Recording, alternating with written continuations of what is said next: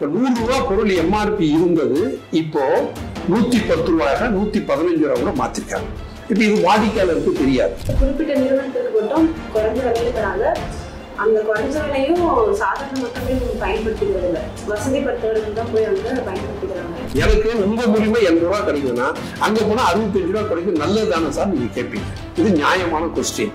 ஆனால் போட்டி என்று இதெல்லாம் நாங்கெல்லாம் அழிஞ்சிட்டோம்னு சொன்னால், அவங்க மட்டும்தான் இருக்கிறாங்கன்னு சொன்னால் இன்னைக்கு 65 ரூபாய் கிடைக்கிறது, நாளைக்கு 95 ரூபாயும் கிடைக்கும். நான் இன்னைக்கு பில் போடுறேன், காலை திரும்ப டிராபிக் ஜாம் இருக்கு, லேட்டா போனா அவங்களுக்கு ஒரு டைம் வச்சிருப்பாங்க, இந்த டைம் வாங்க மாட்டேன்னு சொன்னாங்க, அந்த பொருளை மீண்டும் கொண்டு வந்துருவாரு யாரும் எங்களுக்கு சப்ளை பண்றவரு. அதே பில் எடுத்துமே நாளைக்கு கொடுத்தா அதுல பெரிய குற்றமா இருக்கும். இந்த குற்றத்துக்கு கூட பல 1000 அபராதம் விதிப்பது இருக்கு. ஒண்ணு, உற்பத்தியாளர்கள் அவங்களுக்கு ஒரு விலையும் டிஸ்ட்ரிபியூட்டர் எங்களுக்கும் ஒரு விலையும் கொடுக்கிற ஒரு ஹியூஜ் டிஃபரன்ஸ் இதுல இருக்கு. நீங்க விநியோகஸ்தர்லாம் நீங்க அழிச்சிட்டு இந்த ஆன்லைன் சிஸ்டம் மட்டுமே இன்னைக்கு விலை குறைவா கிடைக்குதுன்னு சொன்னால், நாளைக்கு இந்த விநியோக சிஸ்டமே அழிஞ்சிச்சுன்னு சொன்னால் பிளேயர்ஸ் 2 பேர் 3 பேர் தான் இருப்பாங்க. அப்போ அவங்க வைக்கிறதுனா சட்டமாக மாறும்.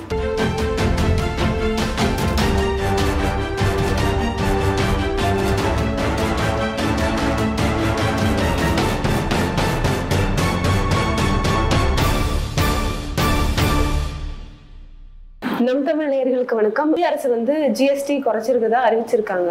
இதனால யாருக்கு லாபம், யாருக்கு நஷ்டம் சார்? ஜிஎஸ்டி என்பது ஏற்கனவே 5%, 12%, 18%, 25%. நீங்க வாங்குற ஒவ்வொரு பொருளுக்கும் ஆடம்பர பொருள்னு சொன்னால் ஒரு 25%, 40% இருக்கும். 40 இப்பவும் இருக்கு. சாதாரண மக்கள், ஏழை எளிய மக்கள் பயன்படுத்தக்கூடிய சாதாரண பொருட்களுக்கெல்லாம் 5%, 12, 18 இப்படி எல்லாம் இருந்தது. சமீபத்தில் இந்த 4 ஸ்லாப்புங்கிறத மாற்றி 5ஆகவும் 18ஆகவும் எல்லா பொருளுக்கும் மாற்றிருக்காங்க. உதாரணத்துக்கு இப்போ 25% ஒரு பொருள் இருந்ததுன்னா இப்போ அதை 5ஆகவும் மாற்றிருக்காங்க, 18ஆகவும் மாற்றிருக்காங்க. 18% இருந்தது 5ஆகவும் மாற்றிருக்கிறாங்க.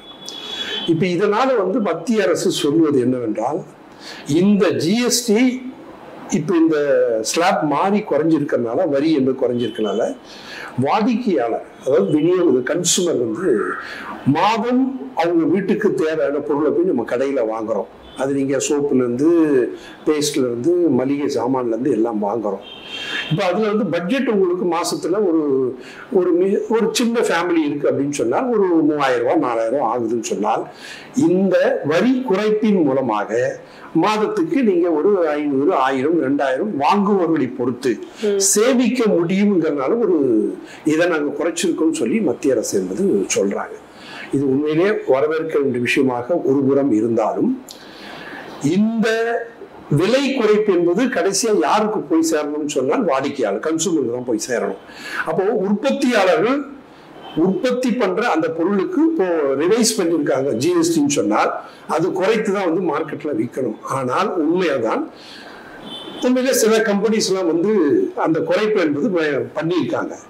ஆனால் சில கம்பெனிஸ் இப்ப எம்ஆர்பி இருக்கு. எந்த பொருள் எடுத்துக்கொண்டாலும் ஒரு பொருளுக்கு எம்ஆர்பி என்பதற்கும், இப்போ உதாரணத்துக்கு 100 ரூபாய் ஒரு பொருள் எம்ஆர்பி அப்படின்னு சொன்னால், அதுக்கு ஏற்கனவே 18% இருந்தது, இப்ப 5ஆ மாறி இருந்ததுன்னா கிட்டத்தட்ட எவ்வளவு வருது? 13% உங்களுக்கு குறையுது. அப்ப 13% இந்த லாபம் யாருக்கு போய் சேரும்னு சொல்றாங்க? வாடிக்கையாளர், கன்சூமருக்கு போய் சேரணும்னு சொல்றது உண்மை. இது போய் சில கம்பெனி எப்படி பண்றாங்க, சில கம்பெனிஸ் 100 ரூபாய் பொருள் எம்ஆர்பி இருந்தது, இப்போ 110 ரூபாயாக 115 ரூபாய் கூட மாத்திருக்காங்க. இப்ப இது வாடிக்கையாளருக்கு தெரியாது. நீங்க போன மாசம் ஒரு பொருள் வாங்குறது என்ன எம்ஆர்பிங்கிறது, இந்த மாசம் போய் வாங்கும்போது கரெக்டா எம்ஆர்பி நம்ம பார்க்கவே மாட்டோம். எம்ஆர்பில இருந்து என்ன வருதுன்னு நினைப்போம். இது ஒரு பக்கம் இருக்குது அப்படிங்கிறதும் இருக்கு. அப்போ அரசு எந்த நோக்கத்திற்காக இந்த வரி குறைப்பு என்பது மாத்தி பண்ணியிருக்காங்களோ, அது நேரடியாக கன்சூமருக்கு போய் சேராமல் இருப்பதை தடுப்பது இந்த விநியோகஸ்தர், இந்த உற்பத்தியாளர்கள் தான். இதை அரசு நேரடியாக கண்காணித்தால் நிச்சயமாக எந்த எதிர்பார்ப்போடு அரசு இதை செய்ததோ அது போய் அந்த மக்களுக்கு சேரும் என்பதுதான் விநியோக சங்கத்தின் கூட்டமே உடையது. ஆனா அதே நேரத்தில் இது யாராருக்கெல்லாம் லாபம், யாருக்கு நட்டம் என்பது நீங்க கேட்டீங்க. விநியோகஸ்தர் எங்களை பொறுத்த வரைக்கும் இதில் எந்த விதமான லாபமும் எங்களுக்கு கிடையாது. வரி குறைப்பு என்பது நேரடியாக மக்களுக்கு தான் போய் சேரப்போகுது.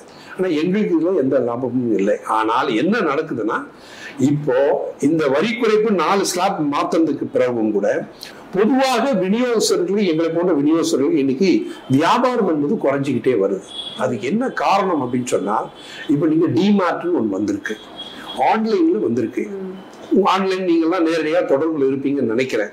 நீங்க அமேசான் எடுத்துங்க, பிளிப்கார்ட் எடுத்துங்க, அப்புறம் ஸ்விக்கி, இன்ஸ்டால்மெண்ட் எடுத்துங்க. இது மாதிரி ஏராளமான வீடை தேடி குறிப்பிட்ட நேரத்துக்கு நீங்கள் ஆப்ல போய் போட்டீங்கன்னு சொன்னா 5 நிமிஷம் உங்களுக்கு சப்ளை பண்றதும் விலை குறைப்பாகவும் கிடைக்குதுங்கிறதுக்காக கன்சூமர் எல்லாம் இப்ப நீங்க எங்க போய் ஷிஃப்ட் ஆகுறாங்க அப்படின்னு சொன்னா ஆன்லைனுக்கு ஷிஃப்ட் ஆகுறாங்க. அப்ப இந்த ஆன்லைனுக்கு ஷிஃப்ட் ஆகுறது, அதே மாதிரி டிமார்ட்ல விலை குறைந்து கிடைக்குது அப்படிங்கிறதுக்காக மக்களும் டிமார்ட்டுக்கு போறதுனால அதுக்கு என்ன காரணம் அப்படின்னா, உற்பத்தியாளர்கள் அவங்களுக்கு ஒரு விலையும் டிஸ்ட்ரிபியூட்டர் எங்களுக்கும் ஒரு விலையும் கொடுக்கிற ஒரு ஹியூஜ் டிஃபரன்ஸ் என்பது இதுல இருக்கு.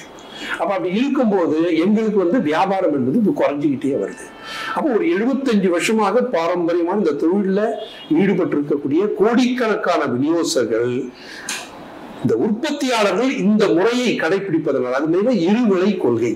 அப்ப இந்த இருவிலை கொள்கையினால எங்க தொழில் பாதிக்குது இதே நேரத்துல அப்படிங்கிறதுக்காக நாங்க உற்பத்தியாளருக்கும் அரசுக்கும் வைக்க கோரிக்கை என்னன்னா, இந்த இருவிலை கொள்கை என்று மாற்றி ஒரே விலை கொள்கை, அவங்களுக்கு 10 ரூபாய் கொடுக்குறோம், எங்களுக்கும் 10 ரூபாய் கொடுங்க, நாங்க போட்டி போடுறோம் அப்படிங்கிற ஒரு கோரிக்கை வைத்து நாங்க வரக்கூடிய டிசம்பர் மாதம் கூட ஒரு பெரிய போராட்டத்தை நாங்க அறிவிச்சிருக்கிறோம். அதே மாதிரி எங்க இதுல இருந்து பாத்தீங்கன்னா இன்னைக்கு செலவுகள் கூடிக்கிட்டே போகுது. அப்ப எங்க லாப சதவீதத்தை உற்பத்தியாளர் சமீபத்துல குறைச்சிட்டாங்க. அப்ப எங்களுக்கும் பாத்தீங்கன்னா மின்சாரம், ரெண்ட், சேலரி எக்ஸெட்ரா நிறைய செலவாயிட்டே இருக்கு.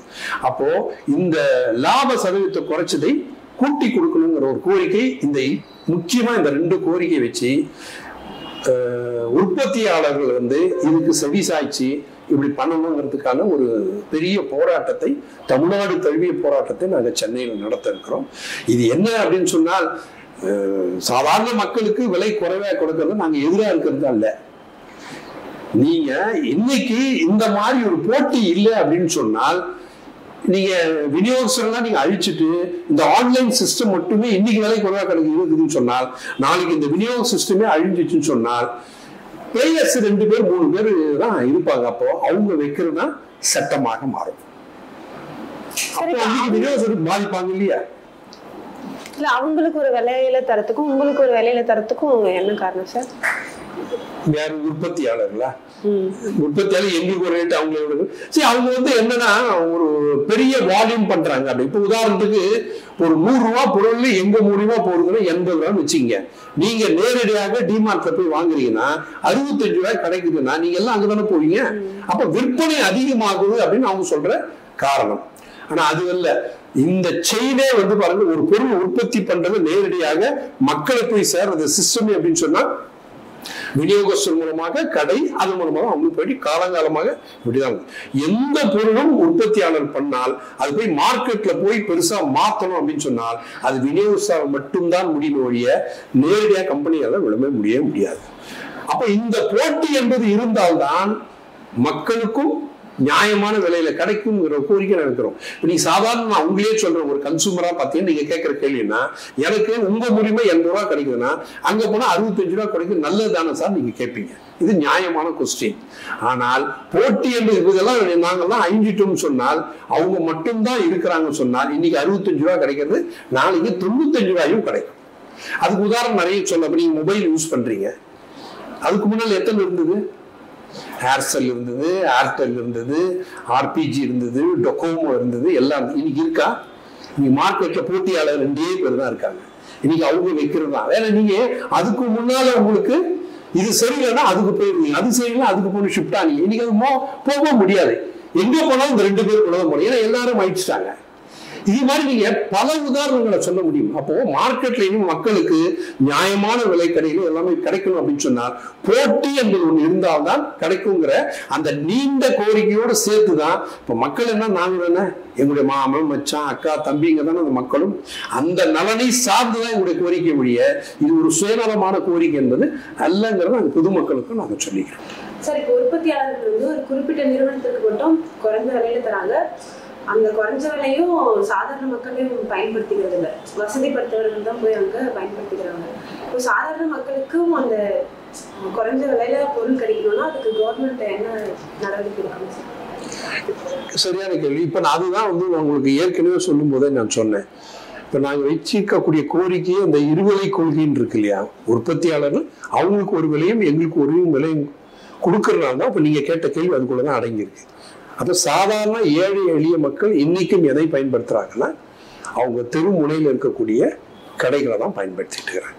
அப்ப நீங்க ஆன்லைனும் இந்த மாதிரி டிமார்ட்டும் யார் பயன்படுத்துறாங்கன்னா கொஞ்சம் வசதி படைத்தவர்கள், மேல்தட்டு மக்கள் தான் இன்னைக்கு அதை பயன்படுத்திட்டு இருக்கிறாங்க. அப்ப நீங்க கேட்ட கேள்வி சாதாரண மக்கள் தான் இன்னைக்கு மக்கள் தொகையில் அதிகமானவர்கள். அதனாலதான் நாங்க என்ன சொல்லணும்னா அவங்களுக்கு என்ன ரேட் கொடுக்குறீங்களோ அந்த ரேட்டும் எங்களுக்கும் நீங்க கொடுக்குறீங்கன்னு சொன்னா யாருக்கு பலனா இருக்கும்? சாதாரண மக்களுக்கும் அந்த பலன். தீர்வே இதுதானே. இந்த தீர்வை நோக்கி தான் எங்களுடைய போராட்டம். அப்ப நீங்க கேட்ட கேள்வியில் என்னன்னா ஒரு குறிப்பிட்ட வர்க்கத்தை சார்ந்தவர்களுக்கு மட்டும் அரசும் சரி, அரசுடைய கொள்கையும் அதை சார்ந்துதான் இருக்குது, உற்பத்தியாளர்களும் சார்ந்து இருக்கனால நீங்க கேட்ட கேள்வி சரியான கேள்வி. அதுக்கான போராட்டத்தை தான் நாங்க நடத்துறோம்னு சொல்லிக்கிறோம்.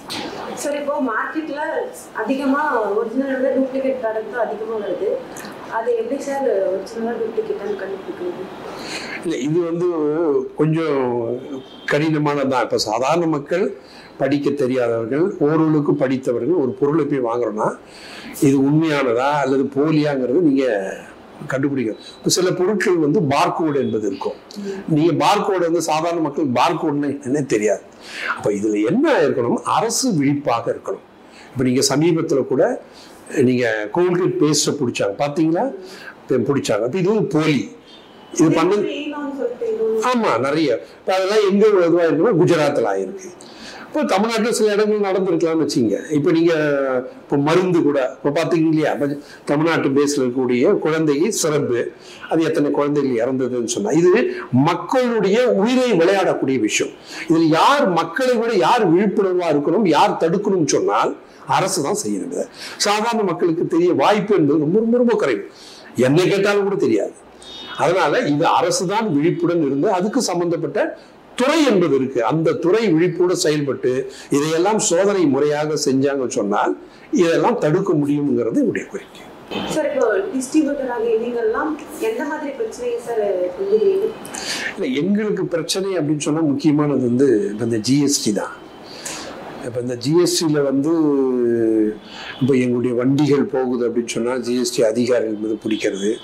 சிறு சிறு தவறுகளுக்கு எல்லாம் 50,000, 1 லட்சம், 2 லட்சம்ங்கிற அபராத தொகை என்பது விதிப்பது என்பது இருக்கு. இப்போ நாங்கள் கூட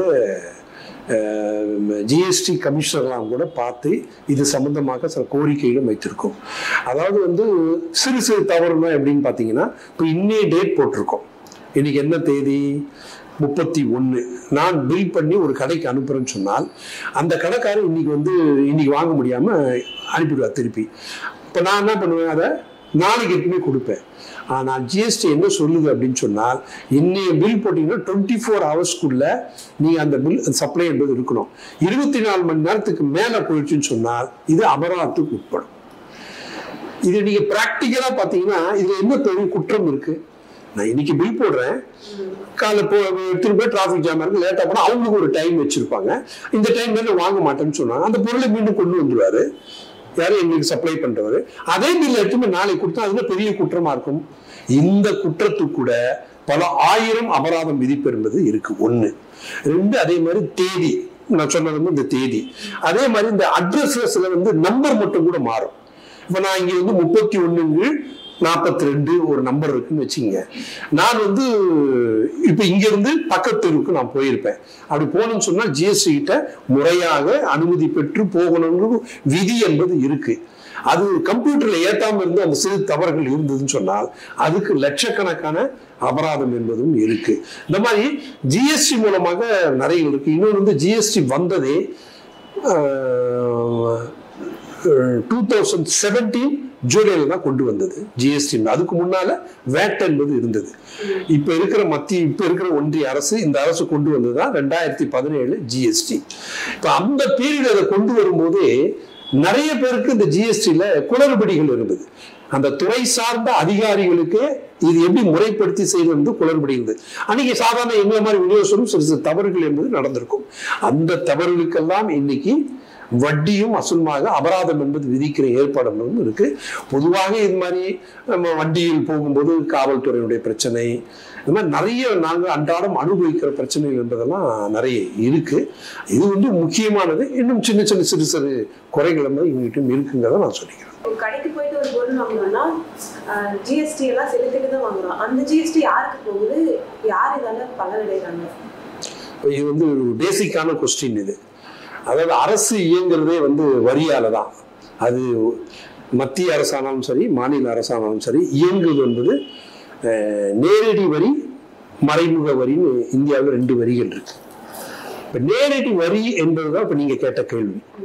நீங்க காலையில் எழுந்துட்டீங்கன்னா பிரஷ் பண்ற பிரஷ்ஷுக்கு வரி, பேஸ்ட்டுக்கு வரி, அதுக்கப்புறம் காஃபியோ டீயோ சாப்பிட்றீங்கன்னா காஃபிக்கு வரி, தேயிலைக்கு வரி, சர்க்கரைக்கு வரி, அப்புறம் மதியம் காலைல பிரேக்ஃபாஸ்ட் பண்றீங்கன்னா அரிசி பருப்பு பொங்கல் இட்லி எது சாப்பிட்டாலும் அதுக்கு வரி, நீங்க உடுத்துற உடைக்கு வரி. இப்படி நேரடியாக நாம் செலுத்துகிற வரி என்பதுதான் நேர்முக வரி. இதுதான் 142 கோடி மக்கள் தொகை இந்தியாவில் ஒரு கணிசமான இந்த நேர்முக வரி மூலமா அரசுடைய கஜானாவுக்கு பணம் வருது.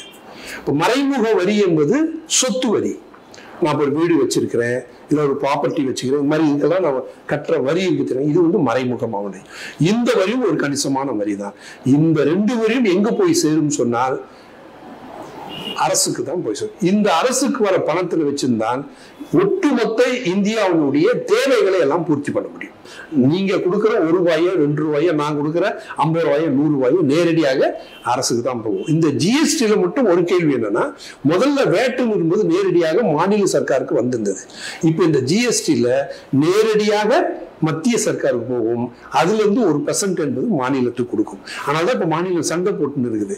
எங்களுக்கு ஜிஎஸ்டில இருந்து வர வேண்டிய பணம் வரல, நாங்க எப்படி தமிழ்நாட்டை செயல்படுத்துதுங்கிற மாதிரி போடும். இப்ப மாநிலத்தில் கூட இந்த அரசும் ஒன்றிய அரசுக்கு அந்த கேள்வி வச்சுக்கிட்டு இருக்கு. ஆக நேரடியாக மத்திய அரசுக்கு தான் நாம் கொடுக்கிற அந்த வரி என்பது போகுது. அதுல இருந்து ஒரு தொகையை பிரிச்சு தான் மாநிலத்துக்கு கொடுக்கறாங்க. இந்த அடிப்படையில் தான் அரசு என்பது இயங்குது, செயல்படுது. சார், இப்போ மத்திய மாநில அரசிடம் உங்களோட கோரிக்கை ஏதாவது இருக்கா? இல்லை, இப்போ எங்களுடைய கோரிக்கை என்ன அப்படின்னா, இப்போ நான் ஏற்கனவே சொன்ன பல விஷயங்கள் அதுக்குள்ள வந்திருக்கோம். இப்போ எங்களுடைய தொழிலை பாதிப்பது எதுன்னு சொன்னால் இந்த ஆன்லைன், அப்புறம் இந்த டிமார்ட், இந்த செயின் அவுட்லெட்ஸ், இதுக்கெல்லாம் யார் அனுமதி கொடுக்குதுன்னு சொன்னால் மாநில அரசு இல்லை, மத்திய அரசு தான். அவங்க கொடுக்குற அனுமதி மூலமாக தான் இதெல்லாம் நடக்குது. இது ஆல் இண்டியா லெவலில் நடக்குது. தமிழ்நாட்டில் மட்டும் இல்லை, இந்தியாவில் இருக்கக்கூடிய ஏறக்குறைய ஒரு 34 மாநிலத்திலும் அதான் நடந்துகிட்டு இருக்கு. 28 மாநிலம், ஒரு 8 யூனியன் பிரதேசம், இதெல்லாம் சேர்ந்து 36 தான் இந்த இதெல்லாம் நடக்குது. இப்போ எங்களுடைய கோரிக்கை என்னன்னா, இது மாதிரி அனுமதிக்கிறதுனால பாரம்பரியமான எங்க தொழில் பாதிக்குதுன்னு நாங்க சொல்றோம். அப்ப அதை கட்டுப்படுத்துவது யார் கையில் இருக்குன்னு சொன்னால் மத்திய அரசு கிட்ட இருக்கு. மாநிலத்திற்கு ஒரு பெரிய அதிகாரம் என்பது குறைஞ்சதுதான், மத்திய அரசு கிட்ட தான் இது இருக்கு. அப்ப எங்க தொழிலை பாதுகாக்கணும்னா இதுல கோடிக்கணக்கான பேர் இந்த தொழிலில் ஈடுபட்டு இருக்காங்க. அவங்களுடைய வாழ்வாதாரத்தையும் ஒன்றிய அரசு மத்திய அரசு இதை கொஞ்சம் பார்க்கணும். அப்போ இதுக்குள்ள ஒரு கட்டுப்பாடுகளை கொண்டு வந்து எங்க தொழிலும் பாதுகாப்பதற்கான ஏற்பாடுகளை செய்யணுங்கிறது என்னுடைய கோரிக்கை. சார், இப்போ நீங்க கடையில ஒரு பொருள் போயிட்டு கொடுக்குறீங்க, அந்த கடையில அவங்க வாங்குறவங்க உடனே காசு தர போறது இல்ல, 1 மாசம் 2 மாசம் அந்த மாதிரி சொல்லி டைம் கேட்பாங்க. அந்த டைம்ல நீங்க எப்படி சார் சமாளிக்கிறீங்க? அதுல என்னன்னா, இப்ப நீங்க உற்பத்தியாளர் எங்ககிட்ட ஒரு பொருள் கொடுக்குறாங்க, அந்த பொருளுக்கான விலை எவ்வளவோ நாங்க முன்னாலே பணத்தை செலுத்தி தான் பொருளே வாங்குறோம். அந்த பொருளை வாங்கி கடைகளுக்கு கொடுக்குறோம். கடையில எங்களுக்கு நேரம், இப்போ நாங்கள் வாங்குற மாதிரி காசு கொடுத்து கடையெல்லாம் வாங்க மாட்டாங்க.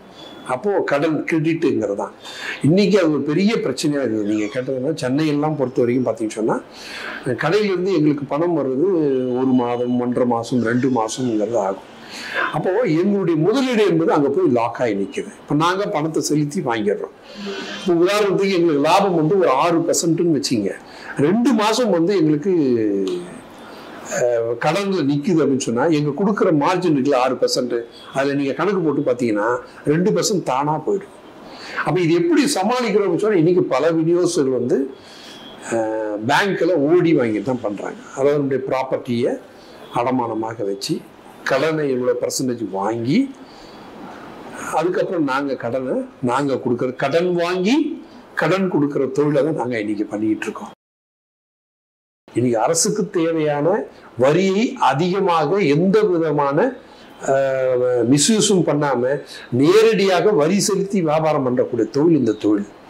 நீ கூட நீங்க ஆண்டுக்கு ஒரு முறை, நீங்க மாதத்துக்கு ஒரு முறை 1,20,000 கோடி என்பது வருது அப்படின்னு சொன்னால் அது நேரடியாக மக்கள்கிட்ட இருந்து வசூல் பண்ணி போய் செலுத்துறது இந்த தொழிலில் ஈடுபட்டுற எங்களுக்கு தான்.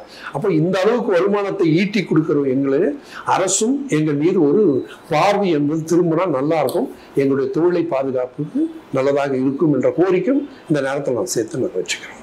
சார், இவ்வளவு நேரம் கேட்ட கேள்விக்கெல்லாம் ரொம்ப தெளிவாக பதில் சொல்லுங்க. ரொம்ப நன்றி.